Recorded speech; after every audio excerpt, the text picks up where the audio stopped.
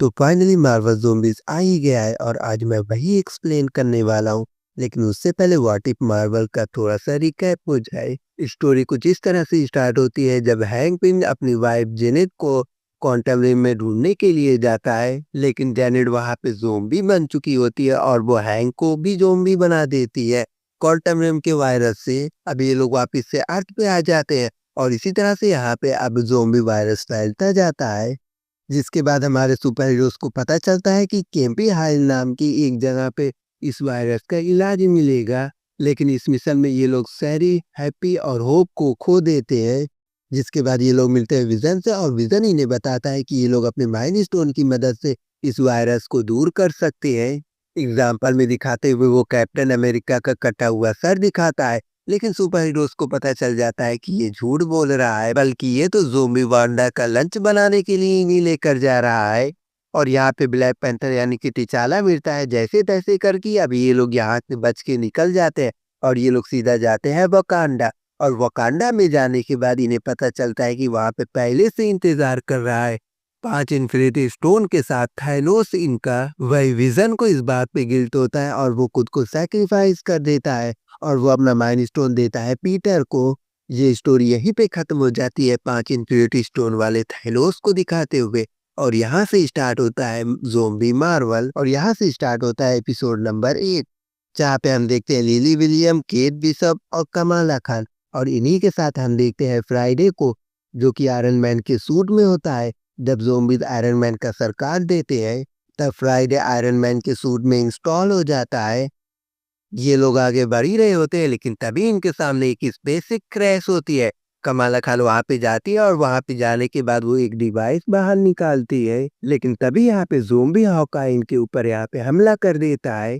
जैसे तैसे करके ये लोग ज़ोंबी हॉकाई से तो बच जाते हैं और केट बिशप को हॉकाई का एक एरो मिल जाता है, जिसे देखकर वो काफ़ी ज़्यादा खुश हो जाती है।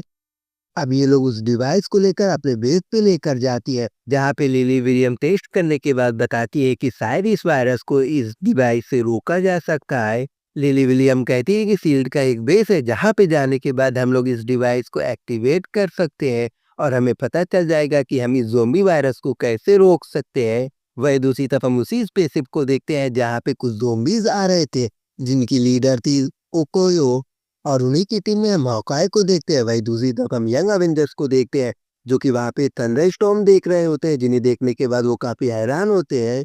अब ये लोग थोड़ी देर आगे बढ़ ही रहे होते हैं, लेकिन तभी उन बादलों में से इनके ऊपर अटैक होने लगता है। अब जैसे-तैसे करके ये लोग थोड़ी दूर जाते हैं, लेकिन तभी इनकी गाड़ी क्रैश हो जाती है और तभी कमाला खान अपनी पावर्स की मदद से सभी को बचा लेती है। और इन्हें ये बाद में पता चलता है कि इनके ऊपर जो आग के गोले की बारिश हो रही थी, ये किन्हीं 2 लोगों की फाइट की वजह से हो रही थी। और इन्हें तभी पता चलता है कि ये लोग ज़ॉम्बी इन्फेक्टेड एरिया में है और तभी इनके ऊपर ज़ॉम्बीज़ अटैक कर देते हैं, लेकिन जैसे-तैसे करके ये लोग वहाँ से बच जाते हैं। वहीं दूसरी तरफ जो 2 लोग वहीं दूसरी तरफ जो 2 लोग आसमान में लड़ रहे होते हैं, वो दोनों अवेंजर्स होते हैं, लेकिन ज़ॉम्बीज़। एक होती है कैप्टन मार्वल, वहीं दूसरा होता है इकरिस। इन दोनों में काफ़ी खतरनाक लड़ाई हो रही थी।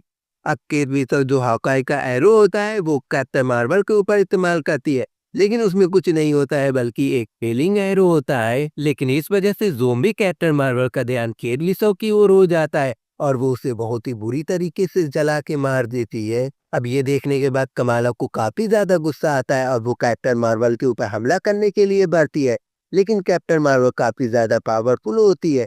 इस वजह से वो वहाँ से बच के निकल जाती है।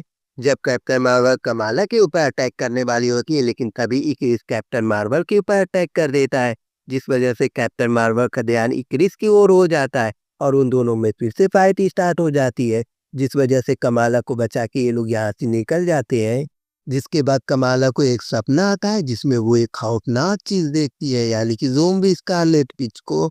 अब वो डर के मारे जल्दी से उठ के बैठ जाती है और अब वो अपने सामने ब्लैक को देखती है, जो कि मून नाइट के कॉस्ट्यूम में होता है, क्योंकि इस यूनिवर्स में ब्लैक खौंसू का अवतार होता है और मून नाइट का एक अच्छा दोस्त होता है। लेकिन मून नाइट इस यूनिवर्स में बच नहीं पाता है, जिस वजह से ब्लेड मून नाइट बन जाता है। ब्लेड कमालो को बताता है कि जिन लोगों से तुम बच के वापस आई हो, वो अवेंजर्स के मोस्ट पावरफुल मेंबर्स में से एक है और हाँ, मैं तुम्हारी मदद भी कर सकता हूँ शील्ड तक पहुँचने में।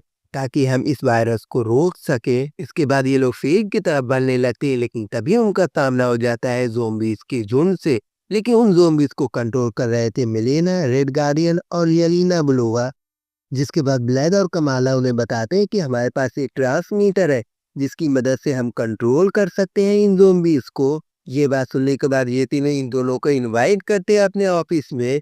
मिलेला चेक करने के बाद इन्हें बताती है कि डिवाइस हमें तो हेल्प कर सकती है, लेकिन इसे कंट्रोल करने के लिए हमें जाना होगा स्पेस में, और स्पेस में जाने के लिए हमें पहले जाना होगा इसगार्ड, क्योंकि इसगार्ड में ही है इतनी एडवांस स्पेसशिप जो कि हमें स्पेस तक लेकर जा सके। लेकिन तभी ब्लेड उनसे कहता है कि शांत हो जा, उन्होंने हमें ढूंढ लिया है। यहाँ पे सभी ज़ोंबीज़ इनके ऊपर अटैक करने के लिए रेडी हो जाते हैं, और इन सभी ज़ोंबीज़ की क्वीन होती है स्कारलेट विच और उसकी राइट हैंड होती है ओकोयो, और वो अपने सभी ज़ोंबीज़ को उनके ऊपर अटैक करने का आदेश दे देती है। जिसके बाद इनमें एक खतरनाक फायर स्टार्ट हो जाती है, और यहाँ पे अधकटा कैप्टन अमेरिका भी आ जाता है, जिसे देखने के बाद रेड गार्डियन काफी ज्यादा खुश हो जाता है, क्योंकि उसका बचपन का ड्रीम कंप्लीट होने वाला है कैप्टन अमेरिका से फाइट करने का। और ऐसा ही होता है, और उन दोनों में काफी तगड़ी फाइट स्टार्ट हो जाती है। लेकिन आखिर में रेड गार्डियन अब मिलेला बाकी ज़ोंबीज़ को कंट्रोल करने की कोशिश करती है, लेकिन यहाँ पे बात बन नहीं पाती है और वो मारी जाती है। और यहाँ पे हम घोस्ट और ब्लेड की काफ़ी खतरनाक फाइट देखते हैं। लेकिन आखिर में ब्लेड क्या करता है खुद ही देख लो। अब ये लोग जैसे तैसे करके यहाँ से बच के भाग जाते हैं, और आखिर में बचते हैं ब्लेड, रेड गार्डियन और कमाला। यह लीला यहाँ पे सबसे कहती है कि हमें जल्द से जल्द एक स्पेसशिप की जरूरत पड़ेगी, जिस पे ब्लेड कहता है कि मैं जानता हूँ कि हमें स्पेसशिप कहाँ मिलेगी। और यहाँ से स्टार्ट होता है एपिसोड नंबर 2। तो एपिसोड 2 की स्टार्टिंग में हम सैंची और उसकी फ्रेंड केटी को देखते हैं, और यहाँ पे भी सभी लोगों के ऊपर बहुत सारे ज़ोंबीज़ अटैक कर देते हैं। हालांकि पुलिस ऑफिसर इन सभी को बचाने की अपनी पूरी कोशिश करते हैं, लेकिन जब उनसे नहीं हो पाता है तब जाके सैंची अपनी पावर्स रिवील करता है सभी के सामने। और ये देखकर उसकी फ्रेंड केटी उससे कहती है कि साले तू इतनी अच्छी फाइट कैसे कर पा रहा है। जब हालात बिगड़ने लगती है तब यहाँ पे उसका फादर सुवेन वो आ जाता है अपनी टेंडिंग के साथ, और सभी ज़ोंबीज़ के ऊपर अटैक कर देता है। वो सभी ज़ोंबीज़ को मार ही रहा होता है, लेकिन तभी एक ज़ोंबी सैंची के ऊपर अटैक कर देता है। सैंची इन्फेक्ट होने ही लगता है, लेकिन तभी ये देखकर सुवेन वो अपनी टेंडिंग सैंची को ट्रांसफर कर देता है, जिस वजह से वो तो बच जाता है, लेकिन सुवेन वो मारा जाता है। अब जैसे तैसे करके सैंची और उसकी फ्रेंड यहाँ से बच के निकल जाते हैं। अब इसके बाद 5 साल बाद का सीन हमें दिखाया जाता है, और सभी लोग ज़ोंबी से लड़ने में काफ़ी ज़्यादा अच्छे हो चुके हैं। अब ये लोग जहाँ पे आगे बढ़ ही रहे होते हैं, लेकिन तभी इनके ऊपर इसका ज़ोंबीज़ हमला कर देते हैं। अब जैसे-तैसे करके ये लोग इन्हें मारते हुए आगे बढ़ते जाते हैं। अब ये लोग एक ऐसी फैसिलिटीज़ में पहुँच जाते हैं जहाँ का लीडर होता है बेल्ज़ेबू, जहाँ पे पहले से कमाला, रेड गार्डन और बाकी सुपर हीरोज़ रह रहे थे, और बेल्ज़ेबू इन सभी को भी इनवाइट करता है यहाँ पे। हमें यहाँ पे ये बताया जाता है कि ये एक सिटी है जिसे सिटी ऑफ सी कहा जाता है। अब यहाँ पे सभी को एक-एक बंकर मिलता है। इसके बाद सैंची और रेड गार्डियन की टीम एक दूसरे से मिलते हैं, और दोनों में काफ़ी अच्छी दोस्ती हो जाती है। दोनों अपने सर्वाइवल सफ़र को बताते हैं। अब कमाला ज़ोंबीज़ से बचने के लिए सभी को अपना प्लान बताती है। वो कहती है कि अगर हम कैसे भी करके स्पेस में पहुँच जाए, वहाँ पे नोआ कॉर्प से जाके मिलने के बाद हम उनसे कह के अपनी पृथ्वी को हील करवा सकते हैं।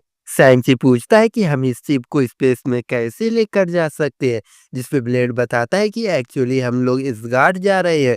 वहाँ पे ही ऐसी स्पेसशिप मिलेगी जहाँ से हम इस स्पेस में जा सकते हैं। लेकिन तभी इनके ऊपर पानी में रहने वाले ज़ोंबीज़ अटैक कर देते हैं, और उनका लीडर होता है ज़ोंबी नेमोर। नेमोर की सारी आर्मी इन सभी के ऊपर अटैक कर देती है, लेकिन यहाँ पे भी ज़ीमो हरामी ही निकलता है। वो इन सभी को धोखा दे देता है, और इन सभी को यहाँ पे फँसा के निकल जाता है। वो इन्हें यहाँ पे फँसाया ही इसीलिए था ताकि कभी ज़ोंबीज़ अटैक करे तो उनका खाना इन्हें बना सके वो। वो इनके सेल को लॉक करके पानी के नीचे फेंक देता है, लेकिन कमाला की पावर्स की वजह से कुछ देर के लिए ये लोग तो बचे रहते हैं पानी के अंदर, और ज़ोंबी नेमोर इनके ऊपर अटैक करके इन्हें वापस से बंकर में ले आता है, और सेल को तोड़ के ज़ोंबी नेमोर भी वहां पे बंकर में आ जाता है। अब सैंची और उसकी टीम भी अपना बंकर तोड़ के आज़ाद हो जाते हैं और इन सभी में अब एक खतरनाक फाइट स्टार्ट हो जाती है। लेकिन नेमोर से फाइट कमाला अकेले ही करती है। वो फाइट करते हुए नेमोर के मुंह में अपना हाथ डाल देती है और फिर उसका इस्तेमाल कुछ इस तरीके से करती है। अब यहाँ पे पूरी सिर्फ ज़ॉम्बीज़ से भरी हुई थी। इस वजह से येलेना खुद को सैक्रिफाइस कर देती है और सभी सुपर हीरोज़ को यहाँ से जाने का मौका देती है। और एपिसोड के एंड में हम देखते हैं कि जितने भी सुपर हीरोज़ बचे हुए हैं, वो सभी लोग उस डिवाइस को लेकर निकल जाते हैं सीधा एसगार्ड, और इसी के साथ ये स्टोरी यहीं पे खत्म हो जाती है। एपिसोड 3 तब स्टार्ट करूँगा जब इस वीडियो पे कम से कम 50 लाइक कंप्लीट हो जाएँगे।